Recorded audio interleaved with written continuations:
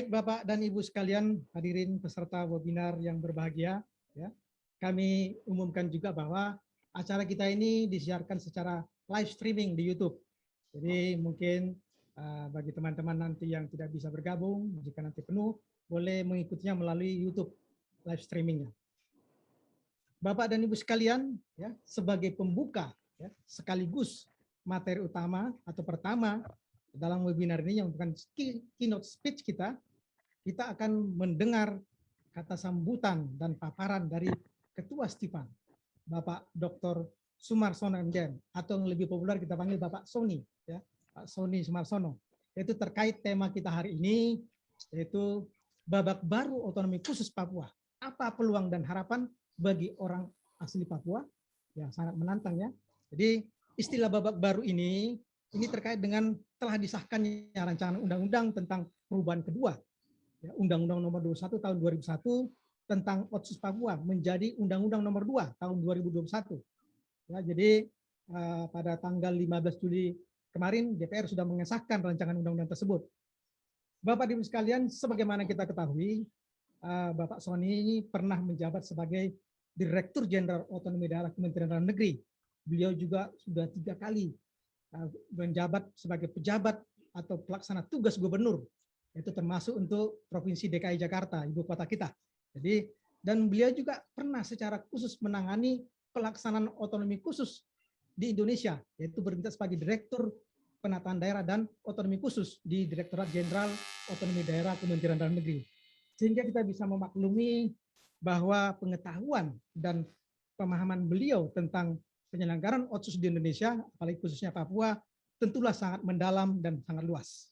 Untuk itu, untuk singkatnya, kita dengarkan paparan beliau, dan kepada Bapak Dr. Sony Sumarsono, dengan hormat kami persilakan.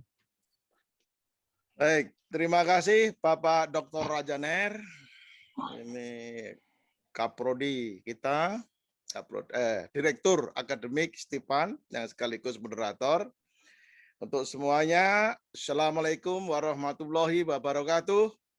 Salam sejahtera untuk kita semuanya. Om Swastiastu, Namo Buddhaya. Salam kebajikan. Shalom. Yang saya hormati seluruh hadir yang semua, khususnya para narasumber yang hadir pada kesempatan ini, para guru besar, Stipan, kemudian para dosen dan mahasiswa serta alumni dan tokoh-tokoh, ya, publik, tokoh-tokoh masyarakat, akademisi di luar Stipan yang hadir, yang tidak mungkin saya sebutkan satu persatu. Terima kasih atas kehadirannya. Dan juga secara khusus saya ingin menyebutkan terima kasih untuk Bapak Komarudin, ya, wataupun SHMA, PMH. Ini adalah Ketua Panitia Khusus Revisi Undang-Undang Nomor 1 Tahun 2021 Otsus Papua, ya, revisi menjadi undang-undang baru. Kemudian beliau adalah teman dekat ya saya di anggota Kilasi, teman seperjuangan, ya, yang selalu menyuarakan soal Papua, ya, dan wilayah timur yang lainnya. Cuma sayang belum hadir pada kesempatan ini, mudah-mudahan segera bisa sudah ada Pak Komarudin, ya. Terima kasih. Beliau luar biasa. Terima kasih Pak Komar. Ini sekaligus kepala sekolah untuk sekolah politik PDI Perjuangan. Saya kira inilah tokoh dari timur yang luar biasa untuk memperjuangkan, khususnya menyuarakan apa yang sebenarnya terjadi dan diinginkan oleh masyarakat di Papua. Terima kasih Pak Komar, sahabat saya ini. Kedua, Pak Tony Tesar Esos, ya, ini Bupati Yarupen, yang alhamdulillah dulu namanya Yapen Warupen, kemudian berubah karena sehubungan dengan pemekaran Warupen, ya, tahun 2008. Ya, mudah-mudahan sudah hadir pada kesempatan ini. Dan apakah Pak Cesar ada? Ini 2 kali menjabat atau duduk di dalam posisi DPD Republik Indonesia, termasuk Bupati Sukses dan sebagai stakeholders dari undang-undang ini. Ini Pak Tony, kalaupun sudah datang, selamat hadir. Mudah-mudahan Pak Sukoco bisa kontak, mungkin ada kesulitan internet. Ya. Kemudian Pak Yasir Sani, ini dari CSO, ya, dari CSO kemitraan atau lembaga kemitraan adalah lembaga yang dulu namanya partnership yang dikenal membantu pemerintah dan terutama di dalam hal terkait dengan pemberdayaan masyarakat, kemudian lingkungan, ya. Dan hari ini sebagai manajer mengenai pembangunan yang berkelanjutan rendah karbon di Papua atau KLUA. Dan sekarang beliau sangat concern tentang Papua sebagai CSO, ya, Civil Society Organization. Terima kasih Pak Sani kehadirannya. Terima dan kasih juga banyak, Pak. Teman-teman keluar yang ada di Papua, ya, ada juga Pak Ali dan teman-teman semua. Kemudian Pak Fran Maniagasi, ini orang lama, ini orang asli Papua yang menempuh karir sebagai pemerhati, ya, lulusan Gajah Mada yang saya kira luar biasa, pernah menjadi tim asistensi RUU Otsus Papua tahun 2021 ini. Saya kira 4 narasumber ini cukup representatif untuk bisa bicara dan menarik untuk bisa memberikan penjelasan dan sekaligus menyatukan pemahaman mengenai undang-undang baru kita. Kemudian yang saya hormati juga para peserta, ya, ini ada juga Pak Bibit dan kawan-kawan dosen, ya, dan Profesor Ermaya dan seterusnya dan seterusnya. Ingin saya sampaikan hari ini keynote speech mungkin lebih bukan paparan tapi lebih kepada kata-kata kunci saja sekaligus sambutan pada acara hari ini yang telah dibuka dengan lagu Indonesia Raya yang kita nyanyikan bersama. Sehingga tidak perlu dibuka kembali, kecuali salam untuk semuanya. Yang pertama, saya kira undang-undang ini diberi nomor, ya, nomor 2 tahun 2021. Ya, ketuanya tim khususnya ada di sini, perubahannya yaitu Pak Komar. Ini perubahan yang kedua, ya, dan telah disahkan dan diundangkan, disahkan oleh Presiden RI. Yang ketiga Pak Son. Ketiga, sorry Mas, yang ketiga, ya. Hari udah ada 35 dulu, ya. Sorry, yang ketiga ini kemudian disahkan kemarin pada tanggal 19 setelah dibahas DPR tanggal 15 Juli. Jadi ini termasuk baru, jadi masih apa ya, suasananya itu masih basah ini tekenannya ini oleh Bapak Presiden Republik Indonesia dan diundangkan pada hari yang sama oleh Menteri Kumham dalam lembaran negara. Dengan demikian undang-undang ini berlaku sudah sah, ya. Tinggal kita bagaimana mengoperasionalkannya dan alhamdulillah undang-undang 21 tahun ini, ya, sekarang alasannya adalah mengapa kemudian undang-undang ini dirubah, nanti akan dijelaskan oleh Pak Komar, ya. Saya kira kemudian secara konstitusional saya kira kita sudah mengetahui betul ada pelajaran yang luar biasa dari pengalaman Otsus yang lalu. Tapi dari pelajaran Otsus pertama hingga kedua berikutnya ini sebenarnya adalah bentuk, ya, dari penjabaran manifestasi perwujudan dari pasal 18B, ya, di mana penegasannya adalah negara itu mengakui, ya, dan menghormati satuan pemerintahan daerah yang bersifat khusus atau bersifat istimewa yang diatur dengan undang-undang. Itu sekarang mandat konstitusionalnya seperti itu, ya. Kemudian di Indonesia ini ada memang 5 provinsi, ya, yang bersifat khusus dan istimewa, yaitu Yogyakarta, DIY itu juga khusus istimewa. Kemudian Aceh, kemudian DKI Jakarta, Papua Barat dan Papua. Hari ini secara khusus kami memilih, ya, mengangkat sebuah tema khusus untuk Otsus Papua dengan 3 alasan.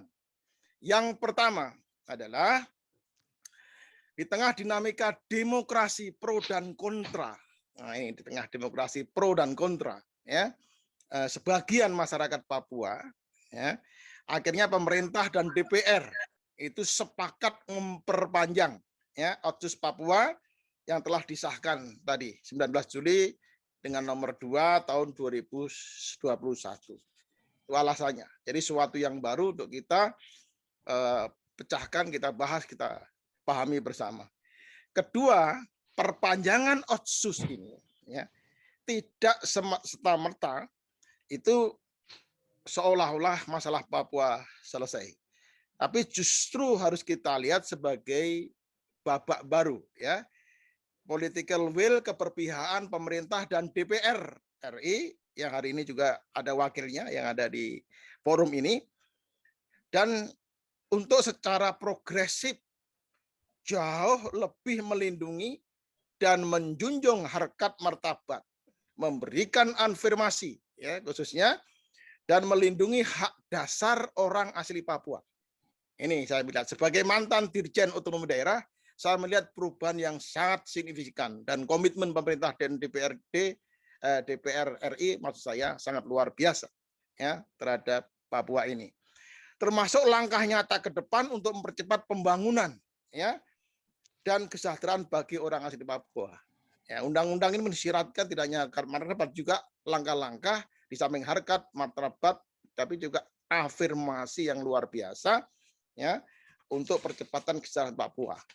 Karena itu telah keluar saya kira Inpres ya nomor 9 tahun 2020 mengenai percepatan pembangunan kesejahteraan atau PPK, dan saya kira nanti Pak Fran Magnesai bisa bicara mengenai Inpres ini ya. Beliau sangat mencermati ya dan mendalami kira-kira apa yang kita lakukan pasca undang-undang ini, dan bahkan Kepres mengenai tim koordinasi terpadu percepatan Papua ini pun juga sudah dibentuk ya, nomor 9 tahun 2020 dan Kepresnya nomor 20 tahun 2020.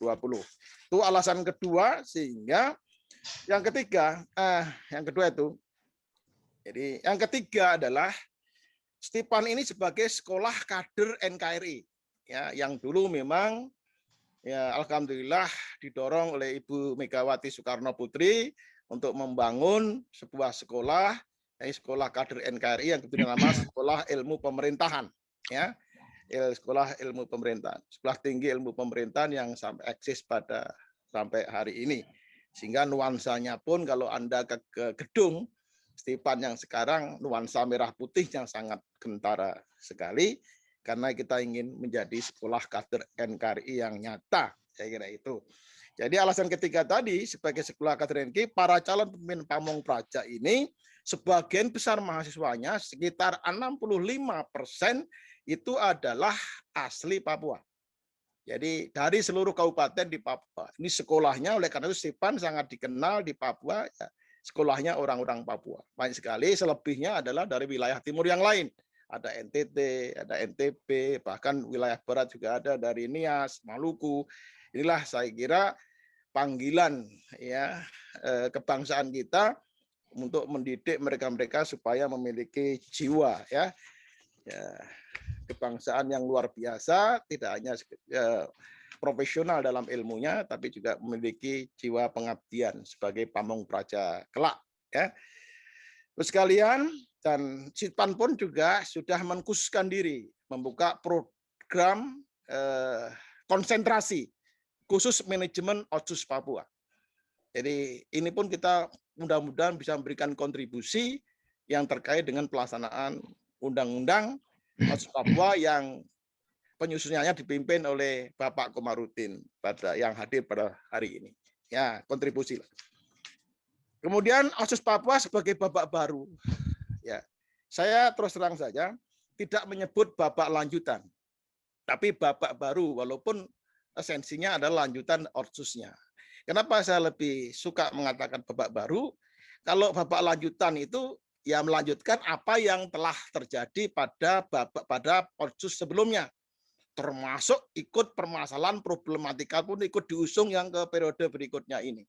Padahal kita tahu Otsus pertama dulu banyak problem yang kita hadapi. Kebetulan saya sebagai Dirjen Otonomi Daerah yang membina otonomi khusus Papua, banyak problem manajemen yang kita hadapi. Oleh karena itulah pembenahan harus dilakukan dari perspektif manajemen Oleh karena itu saya sebut dengan babak baru. Kenapa? Karena banyak perubahan yang signifikan terjadi di dalam undang-undang ini, yang tentunya akan memberikan yang disebut dengan peluang, ya, peluang dan juga harapan khususnya kepada orang asli Papua yang akan ditingkatkan harkat dan martabatnya. Saya kira ini yang menjadi sangat penting kita tekankan sebagai babak baru, ya, khususnya adalah bagaimana Otsus yang berikutnya ini betul-betul bisa menyasar atau mencapai sasaran OAP di grassroots level. Itu tantangan yang ke depan ini. Oleh karena itulah maka memulai tahun pertama pelaksanaan Undang-Undang Otsus yang baru saja disahkan ini, saya kira persiapan harus sangat matang, dan itu alhamdulillah telah dilakukan oleh jajaran di lingkungan Wakil Presiden maupun Bappenas dan Kementerian Dalam Negeri. Bapak Ibu sekalian yang saya hormati, ada peluang dan harapan. Nanti justru menjadi bagian yang akan dijelaskan dalam webinar oleh 4 pembicara ini. Tapi saya ingin memberikan apresiasi 2 hal saja yang saya kira saya ingin tekankan, karena di zaman saya juga belum ada ini, ya. Yang pertama, antara pasal 6 dan 7, ya, itu ada pasal 6A yang memberikan luar biasa peluang dengan dibentuknya DPRD versi penetapan. Jadi DPR kabupaten yang dulu itu semua pemilihan, sekarang diberi kesempatan 1/4 dari jumlah anggota DPR kabupaten itu penetapan. Ya, itu yang luar biasa, perubahan yang terbaru. Sudah barang tentu kalau dulu hal ini, formula ini diterapkan di provinsi. Kalau di kabupaten baru periode ini. Saya kira ini luar biasa, ini kontribusi juga Pak Komar, saya kira ini. Sehingga teman-teman, khususnya para sarjana S1, S2 yang memenuhi syarat di Stipan dan menjadi tokoh masyarakat di sana, ya tidak ada menutup kemungkinan kemudian berkiprah juga di bagian daripada pemerintahan daerah ini. Karena pemerintahan daerah adalah kepala daerah dan DPRD. Bisa di sebelah kiri dan bisa di sebelah kanan. Ini saya kira peluang yang luar biasa yang pertama. Peluang yang kedua saya melihat, ya 2 saja dulu, yang lainnya tentu kita identifikasi. Ternyata angkanya dinaikkan, ya, dari 2% DAU nasional menjadi 2,25, ya. Saya kira ada lebih sedikit lah. Tapi cuma dibagi, kalau dulu bulat, sekarang dibagi 2. Yang 1% sifatnya, kalau dalam teori keuangan daerah, itu adalah block grant. Bantuan yang sifatnya langsung dan fleksibel, ya, sesuai dengan prioritas daerah, hanya ditujukan kepada penekanannya pada pelayanan publik, kesejahteraan dan penguatan lembaga adat dan kebutuhan lain sesuai prioritas daerah. Ini namanya block grant, ya, bantuan langsung yang luas.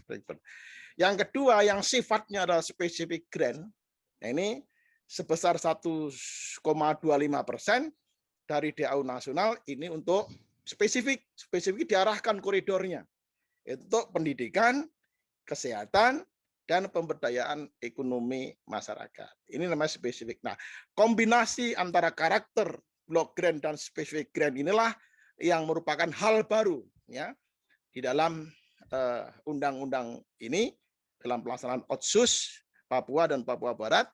Di samping tadi karakteristik DPRD pun ada anggota yang diperoleh dari penetapan. Ini hal yang luar biasa. Selebihnya marilah kita kemudian bahas dalam webinar ini. Adakah di luar yang saya sebutkan tadi, atau kemudian diperdetil dari apa yang disebutkan tadi, apa sebenarnya peluang dan harapan bagi orang asli Papua. Undang-undang ini percuma terbit kalau kesejahteraan, ya, orang-orang asli Papua masih seperti saat ini. Harus ada peningkatan yang lebih progresif, lebih dipercepat, sehingga ketertinggalan Papua dari provinsi lain dapat dicapai sesegera mungkin. Dan saya yakin lah, dengan substansi semangat, ya, yang luar biasa dari pemerintah dan DPR RI ini, mudah-mudahan bisa menjawab berbagai persoalan di Papua, setidak-tidaknya terkait dengan positioning bagi kepentingan orang asli Papua dan juga percepatan pembangunan untuk kesejahteraan mereka. Saya kira Di sini Stipan punya concern perhatian karena selama ini kita Stipan banyak meluluskan dari 1.500 sarjana yang kita luluskan, sebagian besar sekarang berada di Papua yang menjabat dalam berbagai posisi. Saya kira demikian yang saya sampaikan dalam sambutan keynote speech pada kesempatan webinar Babak Baru Papua ini. Dan saya berharap kepada teman-teman semuanya yang ingin bergabung ke Papua, sekedar informasi, semester berikutnya adalah September 2021. Welcome to join Stipan. Terima kasih sekali lagi, dan saya tutup dengan akhirul kalam. Wassalamualaikum warahmatullahi wabarakatuh. Tuhan memberkati kita semuanya. Salam. Shalom, Pak. Saya kembalikan ke Pak Moderator. Terima kasih pada Bapak Dr. Sony Sumarsono yang sudah menyampaikan paparannya. Ya. Kami mencatat banyak poin-poin di sini yang bisa kami catat. Mungkin para peserta juga sudah mendengarkan, ya. Dan saya yakin peserta juga sudah tidak sabar untuk meresponnya. Tapi kami mohonkan kesabarannya dulu dari para peserta webinar, ya, bahwa nanti acara diskusi tanya jawab kita akan adakan setelah seluruh narasumber yang ada menyampaikan seluruh paparannya. Dengan tujuan nanti kita sudah mempunyai pemahaman yang lengkap tentang otonomi khusus Papua ini. Demikian.